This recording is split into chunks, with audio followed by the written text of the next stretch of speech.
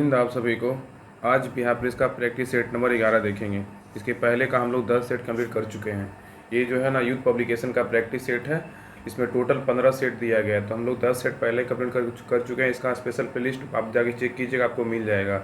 इसमें भी क्वेश्चन जो है ना टॉप लेवल का क्वेश्चन दिया हुआ है, तो हर सेट को अच्छे से रिविजन कीजिए, क्योंकि पता है ना एग्जाम अगस्त में होने वाला है। बाकी अभी तो हम प्लेटफॉर्म का और यूथ पब्लिकेशन का प्रैक्टिस सेट करवा रहे हैं, और आज जो है प्लेटफॉर्म का भी प्रैक्टिस सेट आएगा। तो सभी जो लोग है ना हर क्लास को देखा कीजिए, और हर क्लास को लाइक कीजिए, शेयर कीजिए, और हर ग्रुप में शेयर जरूर कीजिए, क्योंकि बहुत मेहनत से जो है ना आप लोग की क्लास लाया जाता है।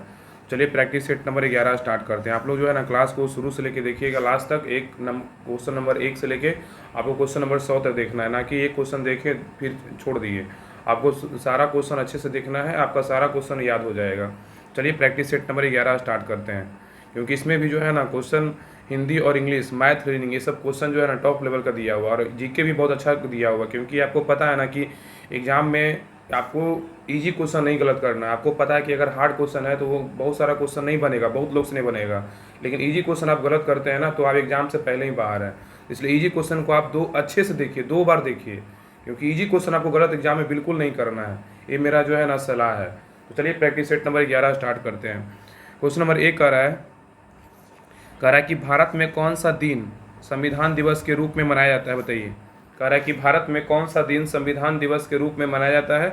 ए का राइट आंसर होगा ऑप्शन नंबर ए। कब मनाते हैं? 26 नवंबर को जो है क्या मनाते हैं, याद रखिएगा, संविधान दिवस मनाते हैं।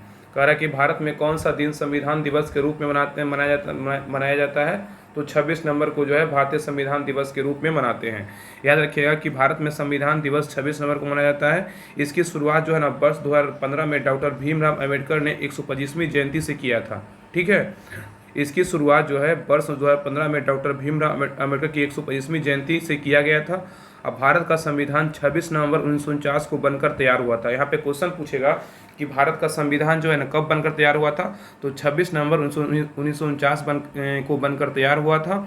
इसके कुछ प्रावधान जो है इसी दिन लागू किए गए थे, जिसके फलस्वरूप इस दिन को संविधान दिवस के रूप में मनाते हैं।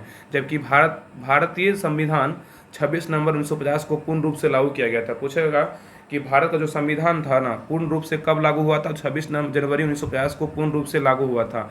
इसलिए 26 जनवरी को गणतंत्र दिवस के रूप में मनाया जाता है, याद रखिएगा। आगे क्वेश्चन नंबर 2 पे, क्वेश्चन नंबर 2 कह रहा है कि भारतीय संविधान के मौलिक कर्तव्य किस देश के संविधान से लिए गए हैं, बताइए। कह रहा है कि भारतीय संविधान के मौलिक कर्तव्य जो है किस देश के संविधान से लिया गया है। याद रखिएगा 2 का राइट आंसर होगा ऑप्शन नंबर सी। क्या है? सोवियत संघ। क्या है? सोवियत संघ, याद रखिएगा। तो कह रहा है कि भारतीय संविधान के मौलिक कर्तव्य किस देश के संविधान से लिया गया है, तो सोवियत संघ के संविधान से लिया गया है। क्वेश्चन नंबर 3 कह रहा है, याद रखिए इसमें कुछ पॉइंट याद रखिएगा कि भारतीय संविधान जो है ना का अनुच्छेद 19 का 1 सॉरी यहाँ पे कह रहा है कि भारतीय संविधान में मौलिक कर्तव्य जो है 42वां संविधान संशोधन द्वारा 1976 द्वारा सरदार स्वर्ण समिति के अनुशंसा पर सोवियत संघ के संविधान से लिया गया है। क्या लिया गया? 42वां संविधान संशोधन 1976 द्वारा स्वर्ण सिंह समिति के अनुशंसा पर लिया गया और सोवियत संघ, और इस संविधान के भाग जो है ना 4 के क अनुच्छेद 51 के क में जोड़ा गया। इसे मूल कर्तव्य कुल संख्या कितनी है, तो 11 है। ये सब पॉइंट ना याद रखिएगा, और इजी क्वेश्चन आपको गलत एग्जाम में बिल्कुल नहीं करना है। आप लोग जो हर क्लास को ना हर जगह शेयर कर दीजिए, क्योंकि आप लोग जितना क्लास को सपोर्ट कीजिएगा ना उतना हम सोचेंगे कि हम जितना ज़्यादा अपने आप एफर्ट लगा दें, हर क्लास को लाएं। क्योंकि बिहार पुलिस, बिहार दरोगा का पता है को 2000 वैकेंसी आने वाला है। बिहार पुलिस का भी जो एग्ज़ाम रद्द हुआ इसका बाकी फिर से 19,000 वैकेंसी आने वाला है। तो इस चैनल से आप लोग को ना बहुत लाभ होने वाला है। हम लोग के लिए आप लोग के लिए ही हम होमवर्क सीरीज स्टार्ट किए बिहार पुलिस का। जितने भी 5 बुक है ना आपको हम अच्छे से कंप्लीट करवाएंगे। आप लोग जो भी है, अगर आपको लगता है कि होमवर्क और देना है या तो कम करना, आप लोग कमेंट जरूर कीजिएगा, या तो क्लास के नीचे कमेंट कीजिएगा वीडियो में, या तो फिर आप टेस्ट ग्रुप जो है ना जहाँ पे टेस्ट होता है, और हाँ टेस्ट दिया कीजिए। शाम में 3 बजे डेली टेस्ट होता है टेस्ट ग्रुप में, और इसका पीडीएफ चाहिए तो हम पीडीएफ पहले ही टेलीग्राम चैनल पे डाल चुके हैं। तो सभी दोनों ग्रुप, टेस्ट ग्रुप और पीडीएफ ग्रुप जहाँ पे होमवर्क सीट डाला जाता है, सभी ग्रुप ज्वाइन कर लीजिए, आप बहुत फायदा होगा। चलिए क्वेश्चन नंबर 3 कह रहा है कि भारतीय संविधान के किस अनुच्छेद के तहत राष्ट्रीय ध्वज फहराने के अधिकार है, बताइए। कह रहा है कि भारतीय संविधान के किस अनुच्छेद के तहत राष्ट्रीय ध्वज फहराने का अधिकार है, तो 3 का राइट आंसर होगा ऑप्शन नंबर बी, अनुच्छेद 19 का 1। क्या 19 का 1 है। कह रहा है कि भारतीय संविधान के किस अनुच्छेद के तहत राष्ट्रीय ध्वज फहराने का अधिकार है, अनुच्छेद 19 का 1, याद रखिएगा। आगे क्वेश्चन नंबर 4 पे कह रहा है, क्वेश्चन नंबर 4 कि भारतीय संविधान के निम्नलिखित में से किस भाषा में कार्यपालिका को न्यायपालिका से अलग किया गया है, बताइए। कह रहा है कि भारतीय संविधान के निम्नलिखित में से किस भाग में कार्यपालिका को न्यायपालिका से अलग किया गया है। तो 4 का राइट आंसर होगा ऑप्शन नंबर सी, राज्य के नीति निर्देशक सिद्धांत से। क्या है, राज्य के नीति निर्देशक सिद्धांत से, याद रखिएगा ना। इसमें भारतीय संविधान के भाग 4 के अनुच्छेद 50 में कार्यपालिका से न्यायपालिका का पृथक्करण किया गया। क्या, कौन सा अनुच्छेद है, तो अनुच्छेद 50 है। भारतीय संविधान के भाग 4 के अनुच्छेद 50 में कार्यपालिका से न्यायपालिका का पृथक्करण किया गया है। आगे क्वेश्चन नंबर 5 पे, क्वेश्चन नंबर 5 कह रहा है कि संसद के 2 क्रमिक सत्रों के बीच अधिकतम कितना अंतराल होता है, बताइए। कह रहा है कि संसद के 2 क्रमिक सत्रों के बीच अधिकतम कितना अंतराल होता है। तो 5 का राइट आंसर होगा ऑप्शन नंबर डी, क्या है, 6 माह। कितना है, 6 माह, याद रखिएगा। आइए क्वेश्चन नंबर 7 पे, क्वेश्चन नंबर 6 पे आइए। कह रहा है क्वेश्चन नंबर 6 कह रहा है कि लोकसभा की बैठक के गठन के लिए आवश्यक कोरम सदन के कुल सदस्यों का कितना भाग होता है, बताइए। कह रहा है कि लोकसभा की बैठक के गठन के लिए आवश्यक कोरम सदन के कुल सदस्यों का कितना भाग होता है। तो 6 का राइट आंसर होगा ऑप्शन नंबर डी, 10वां भाग होता है। कितना होता है, 10वां भाग। नेक्स्ट है क्वेश्चन नंबर 7 कह रहा है कि निम्न में से किस चुनाव में महिलाओं के लिए 1/3 सीटें आरक्षित होती है, बताइए। कह रहा है कि निम्न में से किस चुनाव में महिलाओं के लिए 1/3 सीटें आरक्षित होती है। तो 7 का राइट आंसर होगा ऑप्शन नंबर ए, पंचायती राज। क्या है, पंचायती राज में होता है। क्या होता है, पंचायती राज में। याद रखिएगा कि संविधान के जो है ना, भारतीय संविधान के अनुच्छेद 40 में ग्राम पंचायतों के संगठन का उल्लेख किया गया, याद रखिएगा। और 73वां संविधान संशोधन 1992 के तहत पंचायतों में उपलब्ध सीटों की कुल संख्या में 1/3 सीटें महिलाओं के लिए क्या है, आरक्षित है। आगे क्वेश्चन नंबर 8 पे ये कह रहा है कि भारतीय संविधान की कौन सी अनुसूचित भाषाओं के बारे में है, बताइए। कह रहा है कि भारतीय संविधान की कौन सी अनुसूचित भाषाओं के बारे में है। तो 8 का राइट आंसर होगा ऑप्शन नंबर सी, क्या है, तो भाग 8 है। क्या है, भाग 8, याद रखिएगा। क्या है, तो भाग 8, याद रखिए, भाग 8 है। नेक्स्ट है क्वेश्चन कह रहा है 9, क्वेश्चन नंबर 9 कह रहा है, इसमें याद रखिएगा ना कि भारतीय संविधान की 8वीं अनुसूची में जो है ना, भारतीय संविधान की 8वीं अनुसूची में याद रखिएगा कि अनुसूचित भाषाओं के बारे में कहा गया है। वर्तमान में 8वीं सूची में संविधान के द्वारा मान्यता जो है प्राप्त 22 प्रादेशिक भाषाओं का उल्लेख है।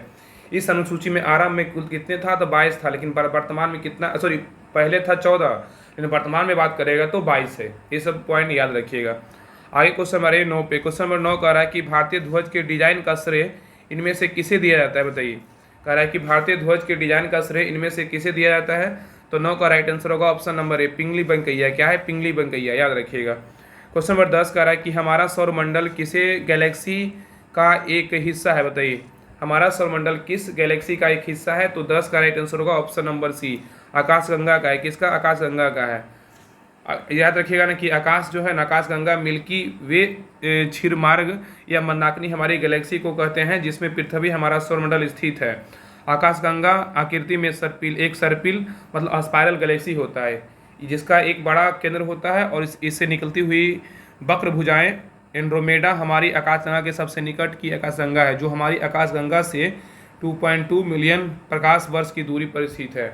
आगे क्वेश्चन नंबर 11, क्वेश्चन नंबर 11 कह रहा है कि चंद्रमा पर मौजूद वह प्रकाश जिसकी वजह से यह हमें पृथ्वी से दिखाई देता है, क्या है, बताइए।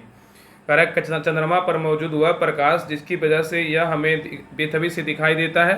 तो 11 का राइट आंसर होगा ऑप्शन नंबर ए, सूर्य का प्रकाश चांद पर पड़ता है और चांद का प्रकाशित हिस्सा में हमें दिखाई देता है। कह रहा है कि चंद्रमा पर मौजूद वह प्रकाश क्या है जिसकी वजह से यह हमें पृथ्वी से दिखाई देता है। तो सूर्य का प्रकाश चांद पर पड़ता है और चांद का प्रकाशित हिस्सा हमें दिखाई देता है। आगे क्वेश्चन नंबर 12 कह रहा है कि एल नीनो जो है ना, डैश महासागर में किस महासागर का तापमान असमानता को दर्शाता है, बताइए। कह रहा एल नीनो जो है किस महासागर में तापमान असमानता को दर्शाता है। तो 12 का राइट आंसर होगा ऑप्शन नंबर बी, प्रशांत महासागर। क्या है, प्रशांत महासागर। नेक्स्ट है कह रहा है कि रेशम उत्पादन की उत्पत्ति कहाँ हुई है, बताइए। रेशम उत्पादन की उत्पत्ति कहाँ हुई है। तो 13 का राइट आंसर होगा ऑप्शन नंबर बी, चीन में हुआ है। कहाँ हुआ है, चीन में। नेक्स्ट है भारत का निम्नतम बिंदु कौन सा है, बताइए। भारत का निम्नतम बिंदु कौन सा है। तो 14 का राइट आंसर होगा ऑप्शन नंबर बी, कुट्टूनाड है। क्या है, कुट्टूनाड। भारत का निम्नतम बिंदु कौन सा है। तो कुट्टूनाद है, कुट्टूनाद, याद रखिएगा। नेक्स्ट है, और यहाँ पे कुछ याद रखिएगा ना कि इसमें इंपॉर्टेंट है, ये बिहार दरोगा में एसआई में क्वेश्चन पूछा हुआ है कि भारत का स्थिति जो है ना 8 डिग्री 4 मिनट से 37 डिग्री 6 मिनट उत्तरी अक्षांश और 68 डिग्री 7 मिनट से 97 डिग्री 25 मिनट पूर्वी देशांतर में है। आज क्षेत्रफल की दृष्टि से यह विश्व का 7वां सबसे बड़ा देश है, पता है भारत। और आगे बात करें तो इसकी चतुर्थिक अंतिम सीमा बिंदु निम्न है। याद रखिए इसमें जो कौन कौन पॉइंट याद रखिएगा ना कि अगर यहाँ पे दक्षिणतम बिंदु बोलेगा भारत का तो क्या होगा, इंदिरा पॉइंट होगा जो ग्रेट निकोबार समूह है। अगर उत्तरतम बिंदु बोलेगा इंदिरा कॉल है जो लद्दाख में है। अगर पश्चिम बिंदु का बात करेगा तो गुहार मोती जो गुजरात में है। अगर पूर्वी बिंदु का बात करेगा किबूथी अरुणाचल प्रदेश में है। और निम्नतम ऊंचाई बोलेगा तो कुट्टूनाथ कहाँ है, तो केरल में। कहाँ है, केरल में। कुट्टूनाथ कहाँ है, कुट्टूनाथ तो केरल में है, याद रखिएगा। आगे क्वेश्चन नंबर 15 पे, क्वेश्चन नंबर 15 कह रहा है कि पूर्वोत्तर भारत की निम्नलिखित में से कौन सी झील मीठे पानी की सबसे बड़ी झील है। पूर्वोत्तर भारत की निम्नलिखित में से कौन सी झील मीठे पानी की सबसे बड़ी झील है। तो 15 का राइट आंसर होगा ऑप्शन नंबर ए, लोकटक झील है। क्या है, लोकटक झील, याद रखिएगा। नेक्स्ट है, आइए क्वेश्चन नंबर 16 पे, क्वेश्चन नंबर 16 कह रहा है कि निम्नलिखित में से किस नदी का उद्गम स्थान तिब्बत में है, बताइए। कह रहा है कि निम्नलिखित में से किस नदी का उद्गम स्थान तिब्बत में है। तो 16 का राइट आंसर होगा ऑप्शन नंबर सी, ब्रह्मपुत्रा है। क्या है, ब्रह्मपुत्रा, ब्रह्मपुत्रा। अगर याद रखिएगा गोदावरी का उद्गम बोलेगा कहाँ से होता है, तो त्रिवेंद्रम पहाड़ी से होता है, महाराष्ट्र में। अगर महानदी का बोलेगा तो सिंहावा होता है, छत्तीसगढ़ से उद्गम होता है। अगर ब्रह्मपुत्रा का बात करें तो कहाँ से होता है, मानसरोवर झील से होता है। कहाँ, मानसरोवर झील तिब्बत से होता है। और अगर सोन का बात करें तो अमरकंटक पहाड़ी मध्य प्रदेश से होता है। आइए क्वेश्चन नंबर 17 पे, कह रहा है कि किस भारतीय शहर को भारत की सिलिकॉन वैली के रूप में जानते हैं, बताइए। किस भारतीय शहर को भारत की सिलिकॉन वैली के रूप में जानते हैं। तो 17 का राइट आंसर होगा ऑप्शन नंबर ए, बेंगलोर को जानते हैं। सबको पता है कि बेंगलोर को जानते हैं भारत का सिलिकॉन सिटी कहते हैं, याद रखिएगा। आगे क्वेश्चन नंबर 18 कह रहा है कि भारत की वैदिक काल अवधि कब तक चली थी, बताइए। भारत की वैदिक काल अवधि कब तक चली थी। तो 18 का राइट आंसर होगा ऑप्शन नंबर क्या होगा, 18 का ए होगा, 1500 से 500 ईसा पूर्व। क्या होगा, 1500 से 500 ईसा पूर्व होगा। आगे क्वेश्चन 19 कह रहा है कि पुलकेशिन द्वितीय किस राजवंश का सर्वाधिक प्रख्यात शासक था, बताइए। कह रहा है कि पुलकेशिन द्वितीय किस राजवंश का सर्वाधिक प्रख्यात शासक था। तो 19 का राइट आंसर होगा ऑप्शन नंबर ए, चालुक्य था। क्या था, चालुक्य, याद रखिएगा। नेक्स्ट है मुरुदेश्वर मंदिर जो है ना किस राज्य में कंदुकगिरी पर स्थित है, बताइए। कह रहा है कि मुरुदेश्वर मंदिर जो है किस राज्य में कंदुकगिरी पर्वत पर स्थित है। तो 20 का राइट आंसर होगा ऑप्शन नंबर ए, कर्नाटक में। कहाँ है, कर्नाटक में। नेक्स्ट क्वेश्चन कह रहा है कि टावर ऑफ विक्ट्री विजय स्तंभ कहाँ स्थित है, बताइए। किस राज्य में स्थित है। टावर ऑफ विक्ट्री जो है विजय स्तंभ कहाँ स्थित है। तो 21 का राइट आंसर होगा ऑप्शन नंबर बी, राजस्थान में। कहाँ है, राजस्थान में स्थित है।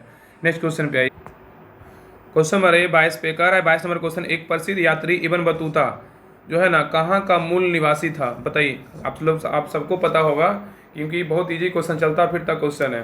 कह रहा है कि एक प्रसिद्ध यात्री इब्न बतूता कहाँ का मूल निवासी था। तो याद रखिएगा 22 का राइट आंसर होगा ऑप्शन नंबर ए, मोरक्को का था। इब्न बतूता कहाँ का था, मोरक्को का यात्री था, याद रखिएगा।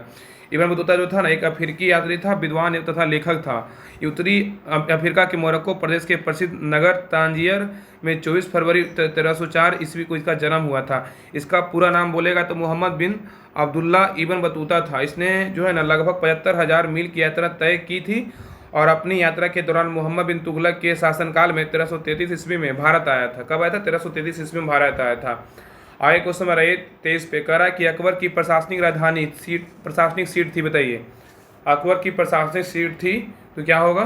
तो 23 का राइट आंसर होगा ऑप्शन नंबर सी, क्या है, दिल्ली है। अकबर की प्रशासनिक सीट थी तो दिल्ली। नेक्स्ट है, निम्नलिखित में से कौन सा स्मारक दिल्ली में स्थित नहीं है, बताइए। कौन सा स्मारक जो है ना दिल्ली में स्थित नहीं है। तो 24 का राइट आंसर होगा option number C, India Gate नहीं है, याद रखिए। अलाई दरवाज़ा दिल्ली में है, बुलंद दरवाज़ा दिल्ली में है और हुमायूं का मकबरा बोलेगा तो दिल्ली में है, याद रखिएगा। तो कह रहा है कि निम्नलिखित में से कौन सा स्मारक जो है, सॉरी 24 का राइट आंसर होगा ना, सॉरी। कह रहा है कि निम्नलिखित में से कौन सा स्मारक दिल्ली में स्थित नहीं है, याद रखिएगा ना। इसमें क्या है, 24 का राइट आंसर होगा ऑप्शन नंबर बी होगा। 24 का राइट आंसर, बुलंद दरवाज़ा जो है ना ये दिल्ली में स्थित नहीं है, लेकिन इंडिया गेट तो पहले ही पता था, मिस्टेक गलती से हो गया। अलाई दरवाज़ा जो है ना ये दिल्ली में है, इंडिया गेट तो दिल्ली में, हुमायूं का मकबरा बोलेगा दिल्ली में है, ये सभी जो है ना दिल्ली में। लेकिन बुलंद दरवाज़ा का बात करें तो बुलंद दरवाज़ा कहाँ है, तो फतेहपुर सीकरी उत्तर प्रदेश में, याद रखिएगा, क्योंकि क्वेश्चन पहले ही हम इसी सेट में जो है ना इसी बुक में आ चुका है। तो याद रखिए, कह रहा है कि कौन सा स्मारक दिल्ली में सबको पता है, इंडिया गेट दिल्ली में ही है, अला दरवाज़ा कहाँ है, तो दिल्ली में ही है, हुमायूं का मकबरा कहाँ है, दिल्ली में। लेकिन बुलंद दरवाज़ा का अगर बात करें ना, ये फतेहपुर सीकरी यूपी में स्थित है। तो याद रखिएगा कि बुलंद दरवाज़ा उत्तर प्रदेश के फतेहपुर सीकरी नामक स्थान पर स्थित है और इसका निर्माण जो है ना अकबर ने गुजरात विजय के उपलक्ष्य में करवाया था। और लाई दरवाज़ा दिल्ली में स्थित है, जो कहाँ है, तो कुतुब मीनार परिसर में स्थित है, याद रखिए, जिसका निर्माण अलाउद्दीन खिलजी ने करवाया था। और इंडिया गेट तो पता है कि स्वतंत्र भारत का एक राष्ट्रीय स्मारक है जो नई दिल्ली में स्थित है। तथा हुमायूं का मकबरा बोलेगा तो निजामुद्दीन में स्थित है। इसका निर्माण बेग मतलब हाजी बेगम के आदेश पे 1565 में किया गया था। ये सब पॉइंट याद रखिएगा। आइए क्वेश्चन हमारा ये 25 पे, क्वेश्चन 25 कह रहा है कि निम्नलिखित शहरों में से किसे प्राचीन समय में डेसिनगनाडु कहा जाता है, बताइए। कह रहा है कि निम्नलिखित शहरों में से किसे प्राचीन समय में डेसिनगनाडु कहा जाता था, तो 25 का राइट आंसर होगा ऑप्शन नंबर ए, कोल्लम को। किसको कहा जाता था, कोल्लम को। नेक्स्ट है, कह रहा है कि रैयतवाड़ी व्यवस्था जो है ना किस वर्ष में शुरू की गई थी, बताइए। रैयतवाड़ी व्यवस्था जो था कब शुरू किया गया था, तो 26 का राइट आंसर होगा ऑप्शन नंबर बी, 1820 में। क्या होगा, 1820 में रैयतवाड़ी व्यवस्था शुरू किया गया था, याद रखिएगा। और याद रखिएगा ना कि रैयतवाड़ी व्यवस्था जो था ना 1792 ईस्वी में मद्रास प्रेसिडेंसी के बारामहल जिले में सर्वप्रथम कर्नल रीड के द्वारा शुरू किया गया था। रैयतवाड़ी व्यवस्था जो था 1792 ईस्वी में मद्रास प्रेसिडेंसी के बारामहल जिले में सर्वप्रथम कर्नल रीड द्वारा शुरू किया गया था। और रैयतवाड़ी व्यवस्था के प्रारंभिक प्रयोग के बाद मुनरो ने 1820 में संपूर्ण मद्रास में लागू कर दिया था, याद रखिएगा। आगे कह रहा है कि महात्मा गांधी ने पहली और अंतिम बार भारतीय राष्ट्रीय कांग्रेस के वार्षिक अधिवेशन की अध्यक्षता कहाँ की थी, बताइए। कह रहा है कि महात्मा एक ही अधिवेशन किए थे, पता है सबको, कि बेलगांव अधिवेशन किए थे 1924 में, सबको पता है। तो कह रहा है कि 27 का महात्मा गांधी ने पहली बार अंतिम बार भारतीय राष्ट्रीय कांग्रेस के वार्षिक अधिवेशन की अध्यक्षता कहाँ की थी, तो 27 का राइट आंसर होगा ऑप्शन नंबर सी, बेलगांव अधिवेशन। कहाँ बेलगांव अधिवेशन कब हुआ था, 1924 में हुआ था। ये कहाँ बेलगांव, तो कर्नाटक में है। तो 1924 ईस्वी में बेलगांव कर्नाटक का एकमात्र अधिवेशन था जिसमें महात्मा गांधी ने पहली बार और अंतिम बार भारतीय राष्ट्रीय कांग्रेस के वार्षिक अधिवेशन की अध्यक्षता की। और इस अधिवेशन में कांग्रेस और मुस्लिम लीग जो है ना दोनों अलग हो गए थे। नेक्स्ट है क्वेश्चन 28 कह रहा है कि स्वराज पार्टी की स्थापना किस वर्ष की गई थी, बताइए। आप लोग कमेंट में ना आंसर दिया कीजिए, स्वराज पार्टी की स्थापना किस वर्ष की गई थी, तो 28 का राइट आंसर होगा ऑप्शन नंबर डी, क्या है, 1923 में किया गया था। कब किया गया था, 1923 में। और सभी लोग जो है ना क्लास को लाइक जरूर कीजिए, अच्छा लगे जरूर लाइक कीजिए, क्योंकि बहुत मेहनत से जो है ना हम नहीं सोचते ना कि 100 क्वेश्चन लाएं और 20 मिनट में पूरा खत्म। हम चाहते हैं ना कि अच्छे से क्वेश्चन को रिपीट करके जो है ना, भले क्वेश्चन क्लास का जो है टाइमिंग जाए 40 मिनट 45 मिनट, लेकिन इससे फर्क नहीं पड़ने वाला है। लेकिन जो है ना क्वेश्चन का रिपीटेशन बहुत ज़्यादा हो, क्योंकि क्वेश्चन जो है दिमाग में सेट हो कि हाँ ये क्वेश्चन जो है ना इस क्लास में पढ़े थे। इस तरह से माहौल बना कर रखना है, ना कि सबके जैसा हम भी लाएं 10 मिनट में वीडियो क्लास करवाएं पूरा खत्म, ऐसे नहीं होता है। जितना आप क्वेश्चन को रिपीट कीजिएगा ना, जितना आप आंसर को देने की कोशिश कीजिएगा, आपको क्वेश्चन का है ना याद जो है ना रहने का कैपेसिटी आपके माइंड में ज़्यादा रहेगा। इसलिए हर क्वेश्चन का आंसर दिया कीजिए और ध्यानपूर्वक क्लास को अच्छे से देखें जब तक क्लास खत्म नहीं हो जाए। आप क्लास को बाद में जो है ना सब्सक्राइब कर लीजिएगा, लाइक कर दीजिएगा, हर ग्रुप में शेयर करिए। इतना तो आप कर सकते हैं ना, बाद में कर दीजिएगा जब क्लास खत्म होगा, 100 क्वेश्चन पे जाएंगे तब कीजिएगा। इसलिए क्लास थोड़ा सा लेट हो जाता है, लेकिन अभी पता है ना हम घर पे थे, इसलिए थोड़ा सा क्लास आने में थोड़ा लेट हो रहा था। लेकिन अब क्लास को है ना कंटिन्यू आएगा, अब हम आ गए हैं ना, अब क्लास आपका कंटिन्यू आएगा आपका। आगे कर रहा है क्वेश्चन 29 कर रहा है कि किस वर्ष में पीठ का भारत अधिनियम पारित किया गया था, बताइए। कह रहा है कि किस वर्ष में पीठ का भारत अधिनियम पारित किया गया था, तो 29 का राइट आंसर होगा ऑप्शन नंबर ए, 1784 में। क्या, 1784 में। नेक्स्ट है, कह रहा है कि निम्नलिखित में से कौन सा किला तमिलनाडु में स्थित है, बताइए। कौन सा किला जो है ना तमिलनाडु में स्थित है, तो 30 का राइट आंसर होगा ऑप्शन नंबर ए, मनोरा का किला है। क्या है, मनोरा किला जो है ना तमिलनाडु में स्थित है। नेक्स्ट क्वेश्चन पे आए कि कह रहा है कि नेट नेशनल प्रोडक्ट NNP क्या है, बताइए। कह रहा है कि नेट नेशनल प्रोडक्ट NNP क्या है, तो 31 का राइट आंसर होगा ऑप्शन नंबर सी। क्या है, NNP बराबर GNP माइनस डिप्रिसिएशन, मतलब मूल्यह्रास। नेट NNP क्या है, तो NNP बराबर GNP माइनस डिफ्रेंसिएशन क्या होगा, तो मूल्यह्रास है, याद रखिएगा। आगे 32 नंबर क्वेश्चन कह रहा है कि सुरक्षित ई भुगतान के विकल्प के लिए आरबीआई ने कब जो है ना किसकी शुरुआत की थी। कह रहा है सुरक्षित ई भुगतान विकल्प के लिए आरबीआई ने किसकी शुरुआत की थी? तो 32 का राइट आंसर होगा ऑप्शन नंबर ए, विजन 2021 का शुरुआत किया था, विजन 2021 का शुरुआत किया था। नेक्स्ट है क्वेश्चन नंबर 33 कह रहा है कि भारत में स्टॉक मार्केट के लिए कौन सी मुख्य नियामक प्राधिकरण है? बताइए। कह रहा है कि भारत में स्टॉक मार्केट के लिए कौन सी मुख्य नियामक प्राधिकरण है? तो 33 का राइट आंसर होगा ऑप्शन नंबर क्या है? तो सी है।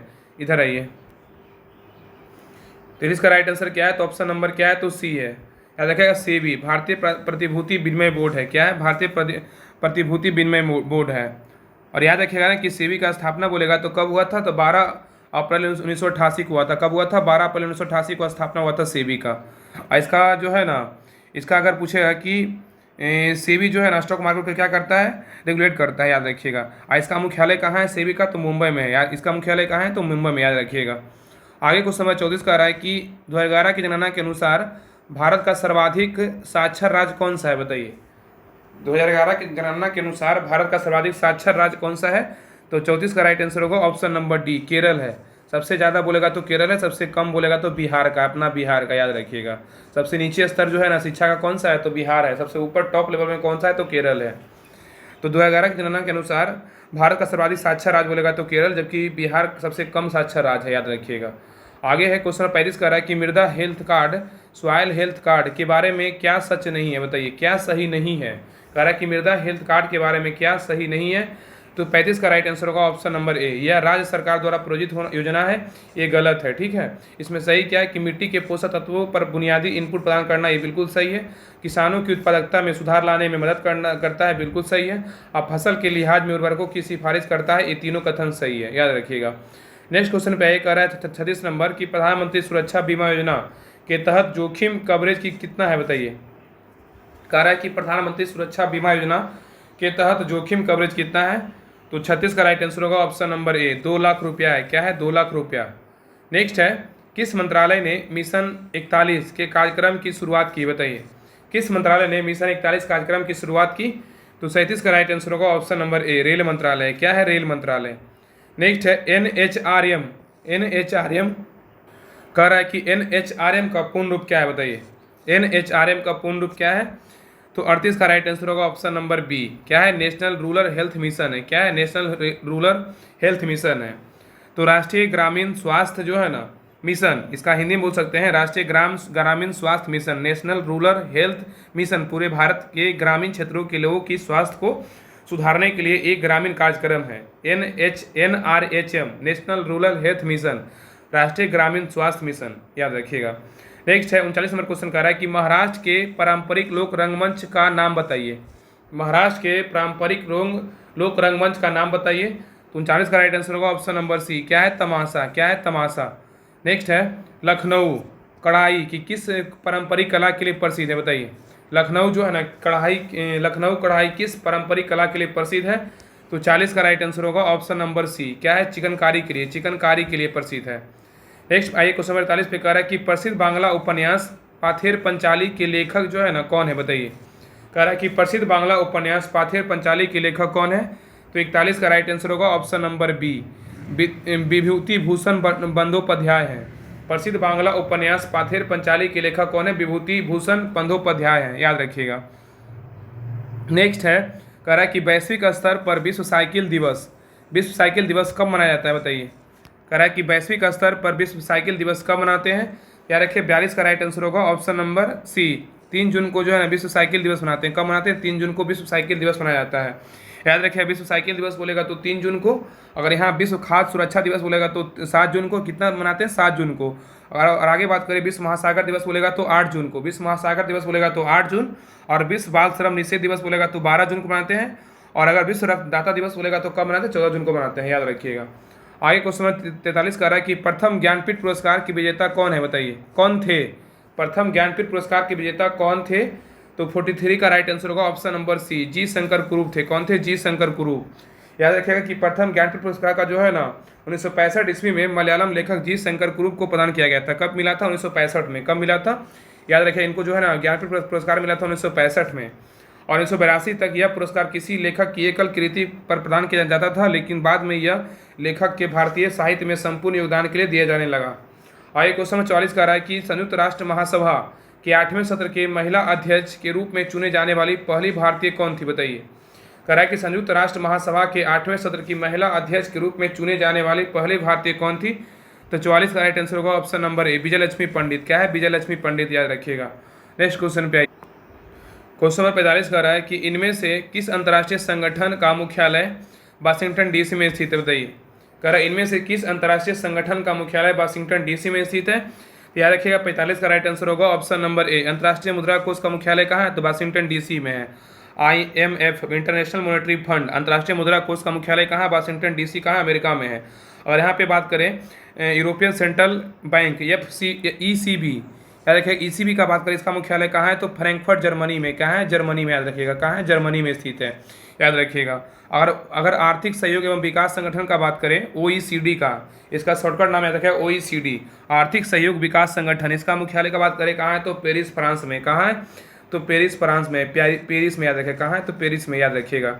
अगर यहाँ पे बात करें अंतर्राष्ट्रीय श्रम संगठन ILO, इंटरनेशनल लेबर ऑर्गेनाइजेशन, अगर ILO का बात करें अंतर्राष्ट्रीय श्रम संगठन का मुख्यालय कहाँ है? तो जिनेवा में। कहाँ? याद रखिएगा, जिनेवा में है। इसका मुख्यालय बोलेगा तो जिनेवा में स्थित है। जिनेवा कहाँ है? स्विट्जरलैंड में स्थित है। ये सभी मुख्यालय ना याद रखिएगा। अंतर्राष्ट्रीय मुद्रा कोष बोलेगा तो मुख्यालय कहाँ है? तो वाशिंगटन डीसी में है। यूरोपियन सेंट्रल बैंक का मुख्यालय बोलेगा तो जर्मनी में है। अगर आर्थिक सहयोग एवं विकास संगठन का मुख्यालय बोलेगा तो पेरिस में है, OECD का। और अंतर्राष्ट्रीय श्रम संगठन ILO का बोलेगा तो कहाँ है? तो जितने भी श्रम आएगा सबका मुख्यालय जिनेवा मारिएगा, सही होगा। आगे क्वेश्चन नंबर 46 बोल रहा है कि बीमार शब्द किस खेल से संबंधित है, बताइए। सॉरी, बीमर शब्द, सॉरी बीमर शब्द बोल रहा है किस खेल से संबंधित है। हमको भी लगे बीमार कौन सा शब्द है भाई, तो कह रहा है ना कि बीमर शब्द किस खेल से संबंधित है। याद रखिए 46 का राइट आंसर होगा ऑप्शन नंबर बी। क्या है? क्रिकेट से है। क्या है? क्रिकेट से। बीमर शब्द किस खेल से संबंधित है? तो क्रिकेट से। बीमर बोलेगा तो क्रिकेट, बीमर शब्द का बोलेगा तो क्रिकेट से है। ये सब पॉइंट याद रखिएगा। आगे कह रहा है कि विंडोज 10 पर वॉल्यूम बढ़ाने के लिए किस कुंजी को दबाना होगा, बताइए। कह रहा है कि विंडोज 10 पर वॉल्यूम बढ़ाने के लिए किस कुंजी को दबाना होगा।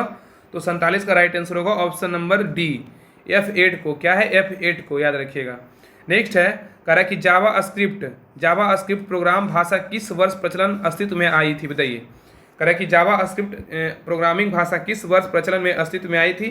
तो 48 का राइट आंसर होगा ऑप्शन नंबर 1995 में। क्या है? 1995 में आया था, याद रखिएगा। नेक्स्ट क्वेश्चन है ये 49 पे। कह रहा है कि निम्नलिखित में से कौन सा एक ऑपरेटिंग तंत्र जो है ना नहीं है, बताइए। कह रहा है कि कौन इसमें ऑपरेटिंग तंत्र नहीं है। तो 49 का राइट आंसर होगा ऑप्शन नंबर डी, ओपेरा नहीं है लेकिन एंड्रॉयड है, OS है, विस्टा, ये सब क्या है? ऑपरेटिंग तंत्र है, लेकिन ओपेरा नहीं है। आगे क्वेश्चन 50 पे। कह रहा है कि डू नो इवल टैगलाइन किसकी है, बताइए। कह रहा है कि डू नो इविल टैगलाइन किसकी है। 50 का राइट आंसर होगा ऑप्शन नंबर सी, किसका है? तो गूगल का है। डू नो इविल टैगलाइन किसकी है? तो गूगल का है। नेक्स्ट है, ध्वनि तरंगों में कौन सा शब्द जो है ना जुड़ा हुआ नहीं है, बताइए। ध्वनि तरंगों में कौन सा शब्द जुड़ा हुआ नहीं है। तो 51 का राइट आंसर होगा ऑप्शन नंबर सी, कैंडेला नहीं है लेकिन हर्ट्ज है, डेसिबल है, माइक है। तो कह रहा है कि ध्वनि तरंगों से कौन सा शब्द जुड़ा हुआ नहीं है। तो कैंडेला नहीं है लेकिन हर्ट्ज है, डेसिबल, माइक है, याद रखिएगा। याद रखिएगा कि माइक, हर्ट्ज एवं डेसिबल का संबंध ध्वनि तरंगों से है, जबकि कैंडेला ज्योति तीव्रता का मात्रक होता है। क्या है? तो कैंडेला जो है ना ज्योति तीव्रता का मात्रक है, ध्वनि की तीव्रता को डेसिबल से मापते हैं। और माइक से वायुयान की गति द्वारा मापी जाती है। आवृत्ति को बोलेगा तो हर्ट्ज से मापते हैं, ठीक है। आगे कह रहा है कि कोई वस्तु अपनी विरामावस्था या गतिमान अवस्था में होने वाले परिवर्तन का विरोध करती है, यह उनकी स्वाभाविक प्रवृत्ति कहलाती है। क्या कहलाती है? तो 52 का राइट आंसर होगा ऑप्शन नंबर ए, जड़त्व कहलाता है। क्या कहलाता है? जड़त्व कहलाता है। नेक्स्ट है क्वेश्चन 53 कह रहा है कि परम शून्य वह तापमान है जिस पर क्या होता है, बताइए। परम शून्य वह तापमान है जिस पर क्या होता है। तो 53 का राइट आंसर होगा ऑप्शन नंबर ए, गैसों में आणविक गति घटने लगती है। क्या होती है? गैसों में आणविक गति घटने लगती है। नेक्स्ट है क्वेश्चन नंबर 54 पे। कह रहा है उस परिघटना प्रकाश के प्रकीर्णन द्वारा संचालित का नाम क्या है जिसमें सूर्योदय और सूर्यास्त के समय पहाड़ों की चोटियां गुलाबी या नारंगी रंग वर्ण की हो जाती है। कह रहा है कि उस परिघटना प्रकाश के प्रकीर्णन द्वारा संचालित का नाम क्या है जिसमें सूर्योदय और सूर्यास्त के समय पहाड़ों की चोटियां गुलाबी या नारंगी रंग वर्ण की हो जाती है। 54 का राइट आंसर होगा ऑप्शन नंबर डी, एल पेंगलो। क्या है? एल पेंगलो, याद रखिएगा। नेक्स्ट है 55 नंबर क्वेश्चन कह रहा है कि एक पायस मतलब इमल्सन किसका कोलाइडी विलयन होता है, बताइए। कह रहा है कि एक पायस इमल्सन किसका कोलाइडी विलयन होता है। तो 55 का राइट आंसर होगा ऑप्शन नंबर ए, द्रव में द्रव। क्या है? द्रव में द्रव। नेक्स्ट है क्वेश्चन नंबर 56 पे आइए। कह रहा है क्वेश्चन नंबर 56 कह रहा है कि इसमें कि लोहे का जंग लगने से बचाने के लिए उस पर जस्ते की परत चढ़ाने की प्रक्रिया को किस रूप में जाना जाता है? बताइए। कह रहा है कि लोहे को जंग लगने से बचाने के लिए उस पर जस्ते की परत चढ़ाने की प्रक्रिया को किस रूप में जानते हैं? इसका ऑप्शन इधर दिया हुआ है, तो इस याद रखिएगा, इसका जानते हैं। इसका राइट आंसर होगा 56 का ऑप्शन नंबर क्या होगा? तो सी हो, गैल्वेनीकरण। क्या हो? गैल्वेनीकरण। तो याद रखिएगा ना कि लोहे को जंग लगने से बचाने के लिए उस पर जस्ते की परत चढ़ाने की प्रक्रिया को गैल्वेनीकरण के रूप में जानते हैं। किस रूप में? गैल्वेनीकरण के रूप में जानते हैं। तो लोहे को जंग लगने से बचाने के लिए उस पर जस्ते की परत चढ़ाने की प्रक्रिया को गैल्वेनीकरण के रूप में जाना जाता है। आगे क्वेश्चन 57 पे कह रहा है कि निम्नलिखित में से कौन सी एक अक्रिय गैस है जो समानता लाइट बल्बों में पाई जाती है? बताइए। कह रहा है कि निम्नलिखित में से कौन सी एक अक्रिय गैस है जो समानता लाइट बल्बों में पाई जाती है? तो 57 का राइट आंसर होगा ऑप्शन नंबर ए, आर्गन है। क्या है? आर्गन। नेक्स्ट है, अंतरिक्ष यानों में ईंधन को जमने से बचाने के लिए किसका प्रयोग किया जाता है? बताइए। कह रहा है कि अंतरिक्ष यानों में ईंधन को जमने से बचाने के लिए किसका प्रयोग करते हैं? तो 58 का राइट आंसर होगा ऑप्शन नंबर बी, ग्लाइकोल का प्रयोग करते हैं। किसका? ग्लाइकोल का। नेक्स्ट है 59 नंबर क्वेश्चन कह रहा है कि माइटोकॉन्ड्रिया के बारे में निम्नलिखित में से कौन सा कथन सही है? बताइए। माइटोकॉन्ड्रिया के बारे में निम्नलिखित में से कौन सा कथन सही है? तो 59 का राइट आंसर होगा ऑप्शन नंबर सी। क्या है? तो बाहरी झिल्ली के बिना माइटोकॉन्ड्रिया को माइक्रोप्लास्ट कहा जाता है। बाहरी झिल्ली के बिना माइटोकॉन्ड्रिया को माइक्रोप्लास्ट कहा जाता है। आगे क्वेश्चन नंबर 60 पे, क्वेश्चन नंबर 60 कह रहा है कि निम्नलिखित में से किस रूप में कार्बोहाइड्रेट हमारे शरीर में संचित होते हैं? बताइए। कह रहा है कि निम्नलिखित में से किस रूप में कार्बोहाइड्रेट्स हमारे शरीर में संचित होते हैं? तो 60 का राइट आंसर होगा ऑप्शन नंबर सी, ग्लाइकोजन। क्या है? ग्लाइकोजन। याद रखिए, ग्लाइकोजन। नेक्स्ट क्वेश्चन नंबर 61 पे कह रहा है कि निम्नलिखित में से किस प्रकार के जीव को स्वपोषी पोषण पाया जाता है? कह रहा है कि निम्नलिखित में से किस प्रकार के जीव में स्वपोषी पोषण पाया जाता है? तो 61 का राइट आंसर होगा ऑप्शन नंबर डी, जीवाणु। क्या है? जीवाणु। नेक्स्ट है, निम्नलिखित में से मानव शरीर का कौन सा अंग यूरिया का उत्पादन करता है? बताइए। कह रहा है निम्नलिखित में से मानव शरीर का कौन सा अंग जो है ना यूरिया उत्पादन करता है? तो 62 का राइट आंसर होगा ऑप्शन नंबर ए, यकृत करता है। कौन करता है? यकृत। याद रखिएगा। आगे क्वेश्चन नंबर 63 पे कह रहा है कि किस राज्य में मानस टाइगर रिजर्व है? बताइए। बहुत इजी क्वेश्चन है। कह रहा है किस राज्य में मानस टाइगर रिजर्व है? तो 63 का राइट आंसर होगा ऑप्शन नंबर सी, असम में स्थित है। कहाँ है? असम में स्थित है। याद रखिएगा। नेक्स्ट आइए, कह रहा है कि सिपरी रिपोर्ट 2022 के अनुसार विश्व का दूसरा सर्वाधिक शस्त्र निर्यातक देश कौन सा है? तब करंट का क्वेश्चन है, बहुत पुराना ही हो गया है, लेकिन हो सकता है जानते हैं ये सब क्वेश्चन जो है ना आ सकता है, क्योंकि एक साल पहले का भी आपको करंट डाल सकता है और जीडी में तो खासकर देता ही है। और इसलिए सब क्वेश्चन को ना, ये सब क्वेश्चन इसमें दिया हुआ जो करंट का, इसमें ज़्यादा पुराना नहीं है, लेकिन आपको देखने में लग रहा है कि पुराना है, लेकिन ये सब क्वेश्चन आने की संभावना बहुत ज़्यादा है, इसलिए हर क्वेश्चन को ध्यानपूर्वक अच्छे से देखिए। तो कह रहा है कि सिपरी रिपोर्ट 2022 के अनुसार विश्व का दूसरा सर्वाधिक शस्त्र निर्यातक देश कौन सा है? तो 64 का राइट आंसर होगा ऑप्शन नंबर सी। क्या है? तो रूस है। और आप लोग जो है ना नीचे डिस्क्रिप्शन में डाल दें, करंट अफेयर्स ग्रुप का लिंक है, उसको ज्वाइन कर लीजिए, क्योंकि उसमें जो करंट अफेयर्स जो पढ़ाते हैं ना गौरव सर, उसी में डेली क्वेश्चन आपको 10 क्वेश्चन आपको डेली डाला जाता है। उसमें आपको 2023 से आपको सारा क्वेश्चन देखने को मिलेगा, एकदम जो है सीरीज वाइज सीरीज मिलेगा, 10 क्वेश्चन पर डे उसमें क्वेश्चन डाला जाता है। आप लोग जो है ना एक टेस्ट ग्रुप और एक करंट अफेयर्स ग्रुप और एक PDF ग्रुप, जहाँ पे होमवर्क मिलता है, तीनों ग्रुप आप ज्वाइन कर लीजिएगा, आपको बहुत फायदा मिलेगा। आगे क्वेश्चन 65 पे कह रहा है कि विश्व बैंक द्वारा जारी विश्व विकास संकेतक 2021 के अनुसार सकल राष्ट्रीय आय GNI भारत का क्रम कौन सा है? बताइए। तो 65 का राइट आंसर होगा ऑप्शन नंबर ए, 5वां है। क्या है? 5वां। नेक्स्ट क्वेश्चन पे कह रहा है 66 नंबर की विश्व बैंक द्वारा जारी विश्व विकास संकेतक 2021 के अनुसार विश्व का सर्वाधिक जल घनत्व वाला देश कौन सा है? बताइए। कह रहा है कि विश्व बैंक द्वारा जारी विश्व विकास संकेतक के अनुसार विश्व का सर्वाधिक जन घनत्व वाला देश कौन सा है? तो 66 का राइट आंसर होगा ऑप्शन नंबर डी, मकाऊ है। मकाऊ क्या है? तो चीन में स्थित है। आगे आई क्वेश्चन नंबर 67। क्वेश्चन नंबर 67 कह रहा है कि विश्व बैंक प्रोस्पेक्टस 2022 के अनुसार भारत का जीवन प्रत्याशा कितना आंका गया है? बताइए। कह रहा है विश्व बैंक प्रोस्पेक्टस 2022 के अनुसार भारत का जीवन प्रत्याशा कितना आंका गया है? तो 67 का राइट आंसर होगा ऑप्शन नंबर बी, 70। कितना है? 70 आंका गया है। नेक्स्ट है क्वेश्चन नंबर 68 पे, ये कह रहा है कि अक्टूबर 2022 में धर्मांतरण कर चुके दलितों के अनुसूचित जाति जनजाति दर्जे पर विचार करने के लिए किसकी अध्यक्षता में एक आयोग का गठन किया गया था? बताइए। तो 68 का राइट आंसर होगा ऑप्शन नंबर ए, KG बालाकृष्णन। क्या होगा? KG बालाकृष्णन। नेक्स्ट क्वेश्चन पे कह रहा है अक्टूबर 2022 में सशस्त्र सेना युद्ध हताहत कल्याण कोष में योगदान के लिए किस वेबसाइट का शुभारंभ किया गया था? कह रहा है अक्टूबर 2022 में सशस्त्र सेना युद्ध हताहत कल्याण कोष में योगदान के लिए किस वेबसाइट का शुभारंभ किया गया था? 69 का राइट आंसर होगा ऑप्शन नंबर डी, माँ भारती के सपूत। क्या है? माँ भारती के सपूत। क्वेश्चन नंबर 70 पे कह रहा है कि अक्टूबर 2022 में इंटरनेशनल ईयर ऑफ मिलेट्स 2023 को बढ़ावा देने के लिए कृषि और किसान कल्याण विभाग एवं किस संस्था के बीच समझौते ज्ञापन पर हस्ताक्षर किया गया है? तो 70 का राइट आंसर होगा ऑप्शन नंबर बी। क्या है? National agriculture cooperative marketing federation of India limited, NAFED। क्या कह रहा है कि national agriculture cooperative marketing federation of India limited, NAFED, याद रखिएगा।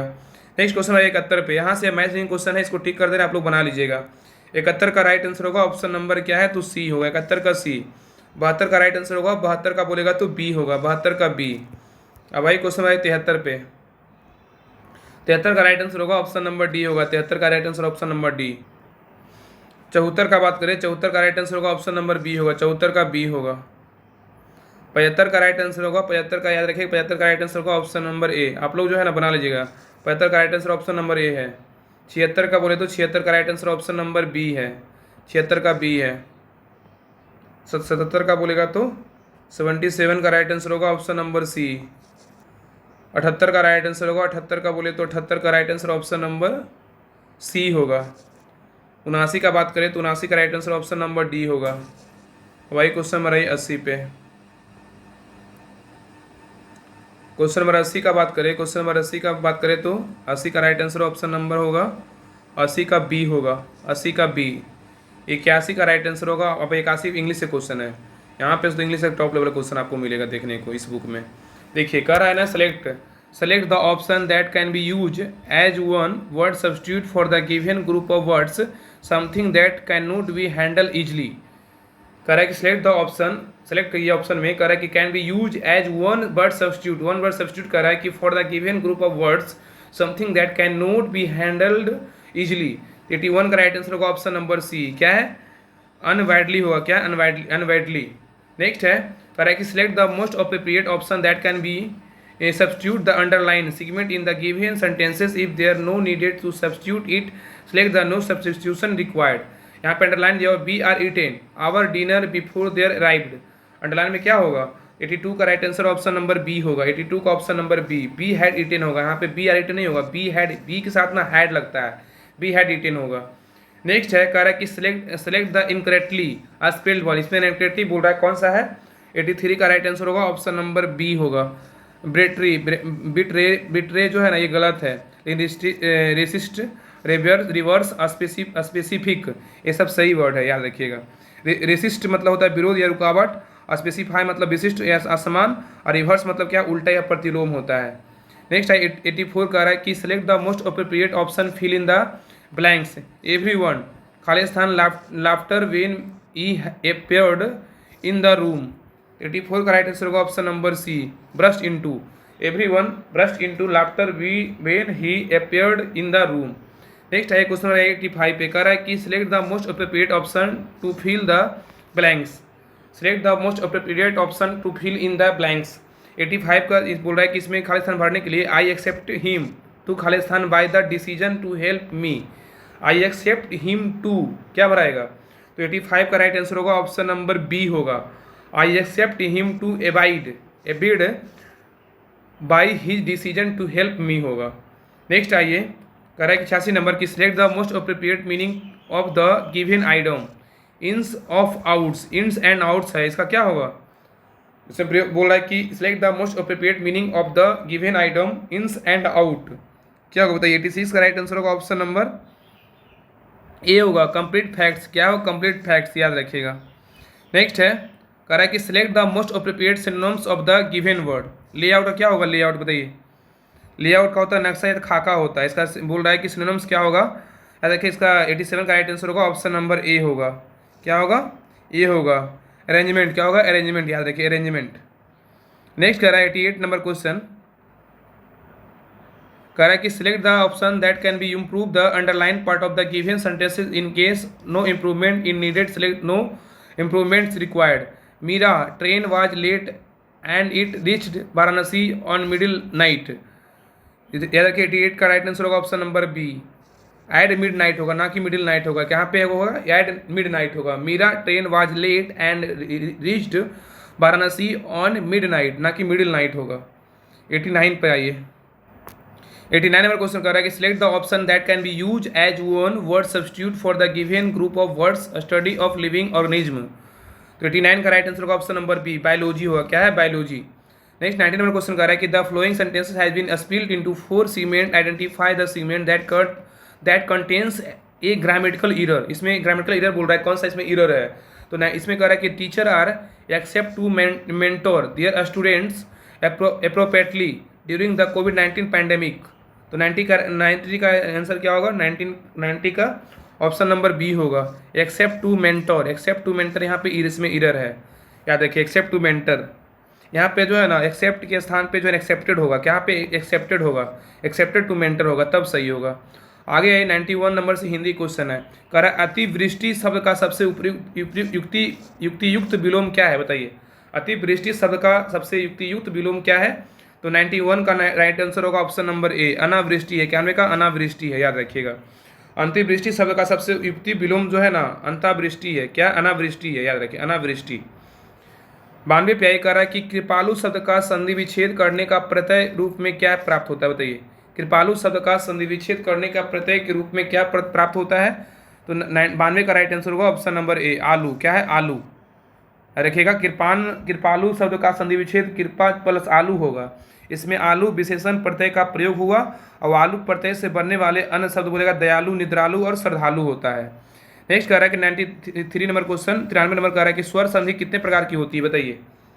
स्वर संधि जो होता है ना, कितने प्रकार का होता है? बताइए। तो 93 का राइट आंसर होगा ऑप्शन नंबर डी, 5 प्रकार का होता है। कितने प्रकार का? 5 प्रकार का होता है, याद रखिएगा। स्वर संधि के बाद स्वर अर्थात दो स्वरों से मिलकर जो विकार परिवर्तन होता है उसे स्वर संधि कहते हैं। जैसे सुर प्लस अस्त सूर्यास्त, महा प्लस आत्मा महात्मा महात्मा। और स्वर संधि जो है ना, 5 भेद कौन कौन होते हैं? याद रखिएगा, 5 होता है। एक दीर्घ संधि होता है, गुण संधि होता है, वृद्धि संधि होता है, यन संधि होता है और अयादि संधि होता है। दीर्घ संधि, गुण संधि, वृद्धि संधि, यन संधि और अयादि संधि। तो स्वर संधि कितने प्रकार का होता है? 5 भेद होता है, याद रखिएगा। नेक्स्ट है जीने की इच्छा के लिए एक शब्द बताइए। जीने की इच्छा के लिए एक शब्द बताइए, क्या होगा? तो 94 का राइट आंसर होगा ऑप्शन नंबर बी, जिजीविषा। क्या होगा? जिजीविषा। याद रखिएगा, जीने की इच्छा जिजीविषा बोलेंगे। जो जानने की उत्सुक हो उसे जिज्ञासु बोलेंगे। जो जीत या विजय का इच्छुक हो उसे जिज्ञासु बोलेंगे। और जो प्यासा हो, जो पीने की इच्छुक हो उसे पिपासु बोलेंगे। ठीक है। आगे कह रहा है कि अंग अंग अंग अंग फूले का ना समाना, मुहावरे का सही अर्थ क्या है? बताइए। अंग अंग फूले का ना समाना, मुहावरे का सही अर्थ क्या है? तो 95 का ऑप्शन नंबर होगा सी होगा, बहुत आनंदित होना। क्या है? बहुत आनंदित होना। अंग अंग फूले ना समाना, बहुत आनंदित होना। आंख दिखाना, क्रोध या गुस्सा प्रकट करना। अंगारों का पैर रखना बोलेगा तो जोखिम या मुसीबत मोल लेना होता है। और गोबर गणेश बोलेगा तो क्या होगा? तो याद रखिएगा, मूर्ख, बुद्धू और निकम्मा होता है। 96 आइए कह रहा है कि सही अर्थ वाला शब्द युग में से कौन सा है? बताइए। सही अर्थ वाला शब्द कौन सा है? तो 96 का ऑप्शन नंबर ए होगा, आकार आकर आकार खाना कीर्ति। आकर आकार खाना कीर्ति होगा। नेक्स्ट 97 नंबर कह रहा है कि पत्र शब्द का अर्थ नहीं होता है। बताइए। तो 97 का ऑप्शन नंबर डी, लेख नहीं होता लेकिन पत्ता होता है, चिट्ठी होता है, पंख होता है, ये सभी होता है। तो पत्र जो है ना, पत्र अनेकार्थी शब्द है जिसका अर्थ पत्ता, चिट्ठी और पंख, धातु की पत्ती, समाचार पत्र आदि होता है। नेक्स्ट 98 नंबर क्वेश्चन कह रहा है कि इनमें से कौन सा शब्द अनेकार्थ है? बताइए। कौन सा शब्द जो है अनेकार्थ है? तो 98 का right answer option number C, अंबर है। क्या है? अंबर। नेक्स्ट है 99 नंबर क्वेश्चन भैया, 99 नंबर कह रहा है कि चांदनी का समानार्थी निम्नलिखित में से कौन सा नहीं है? बताइए। चांदनी का समानार्थी निम्नलिखित में से कौन सा नहीं है? तो 99 नंबर 1 को 99 का होगा ऑप्शन नंबर राइट है, होगा ऑप्शन नंबर ए होगा, बिजली। बिजली जो नहीं, लेकिन ज्योत्सना, चमक और रोशनी है। तो याद रखिएगा कि चांदनी का प्रवाची बिजली नहीं है। बिजली विद्युत का परिवाची शब्द है। किसका है? बिजली जो है विद्युत का परिवाची शब्द है, जबकि ज्योत्सना, चमक और तथा रोशनी चांदी के परिवाची शब्द है, याद रखिएगा। नेक्स्ट है लास्ट नंबर क्वेश्चन है 100 नंबर का, इनमें से एक शब्द मछली का परिवाची क्या होगा? बताइए। इनमें से एक शब्द मछली का परिवाची शब्द क्या होगा? तो 100 का राइट आंसर होगा ऑप्शन नंबर डी, जलोदरी। क्या होगा? जलोदरी, याद रखिए, जलोदरी। इसमें जो है ना, मछली का प्रवाची शब्द बोलेगा मीन्स मत्स्य सफरी होता है। मछली का प्रवाची बोलेगा तो मीन मत्स्य सफरी है, जबकि जलोदरी जो है मछली को संबंध नहीं रखता है। क्या है? तो जलोदरी जो है नहीं है, लेकिन मत्स्य सफरी और मीन है। तो कह रहा था इनमें से कौन शब्द जो है मछली का प्रवाची नहीं है। तो कह रहा है कि जलोदरी नहीं है लेकिन मीन है। क्या है? तो मीन है और मत्स्य है, सफरी, ये सभी क्या है? मछली का प्रवाची शब्द है। तो ये सेट नंबर था 11। सेट नंबर 11 कंप्लीट हो गया है। बाकी जितने इसके पहले सेट हुआ सभी को रिवीजन करते रहिए और प्लेटफॉर्म का भी सेट रेगुलर आएगा। आप लोग बस जो है ना क्लास को शेयर कीजिए, लाइक कीजिए और सब्सक्राइब जरूर कीजिए। तो आज के लिए यहीं तक रहने देते हैं। आप लोग जो है क्लास को अच्छे से रिविजन करते रहिए। तब तक के लिए आप लोग को जय हिंद। और क्लास को हर जगह शेयर कीजिएगा, आपसे रिक्वेस्ट है। तो आज के लिए यहीं तक रहने देते हैं।